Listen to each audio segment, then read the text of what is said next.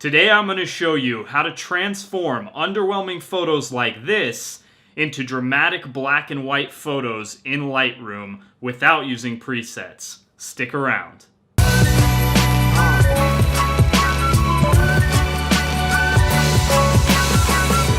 Welcome to Tokyo Photo. My name is Sean Payne. See the streets in black and white by subscribing and hit the bell notification so you catch all the updates.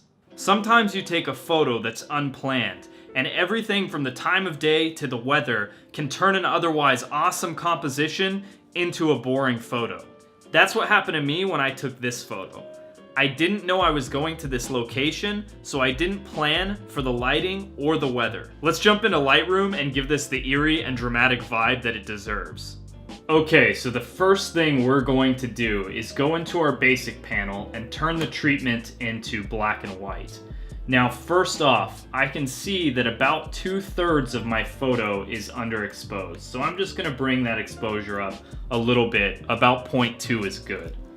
Next, we're going to work on the highlights. I can see that the sky is running very, very bright, so I'm going to take my highlights all the way down to -100, and that's already adding a lot of mood into my sky that I didn't have before. We'll work more on the sky in a few minutes.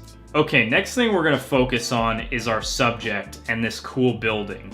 So everything here is covered in shadows at the moment. Let's bring our shadows up around 20 or so, and we're also going to bring out our whites to bring up this building and this snow. Let's bring those up to around the 60 area. That's looking pretty good. That's brought up our sky, but we're not going to worry about that at the moment. We'll focus on that in a minute. Now the photo is lacking a bit of contrast, so we're going to add some of that in. However, my contrast slider is going to make things look pretty blotchy, so I'm not going to work with that. What I'm going to use is I'm going to use clarity. And clarity is great because it adds a lot of details into your midtones and really brings out the contrast in the photo. Let's bring the clarity up to around 40. And we can see that's bringing some really nice texture into the ground, into this building, and into these trees. Now, our subject is still very underexposed. The sun was behind these trees on the right. This was shot late in the day, so our subject is just not well lit. We can fix that using radial filters. We'll come up to below our histogram and hit the circular icon to get our radial filter. We're going to drag that into an oval shape that's going to fit nicely into this little opening. Okay, first thing we're going to do is hit invert, and that's going to change it so that the radial filter is applying to the inside of the circle. Next, I'm going to take my exposure and I'm going to bring this up pretty significantly. Somewhere around 1.36 is looking really good. I'm going to bring my shadows up significantly as well because I really want this place to look like it's well lit. And then I'm just going to add in some clarity. I'm thinking somewhere around 15. You've got to remember there's already clarity applied to the whole photo, and we only want to add a little bit extra onto our statue so that it still looks natural, but it's also the place that will have the most contrast, so it will draw the viewer's eye in. Now let's get back and fix our sky. Our sky is still looking a little bit hot, so what I'm going to do is apply a graduated filter.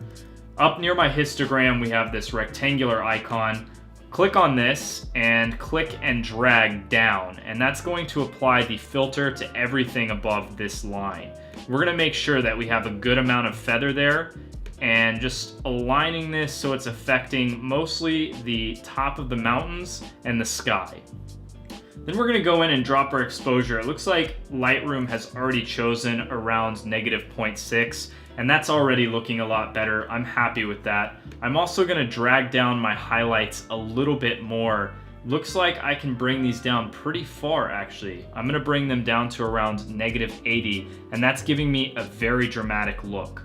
On top of that, I'm going to add in a little bit of contrast just to bring out those clouds a bit more. I'm adding in about 40 on the contrast, and that's looking pretty good. That's looking really nice. I can't see a hard line from the graduated filter.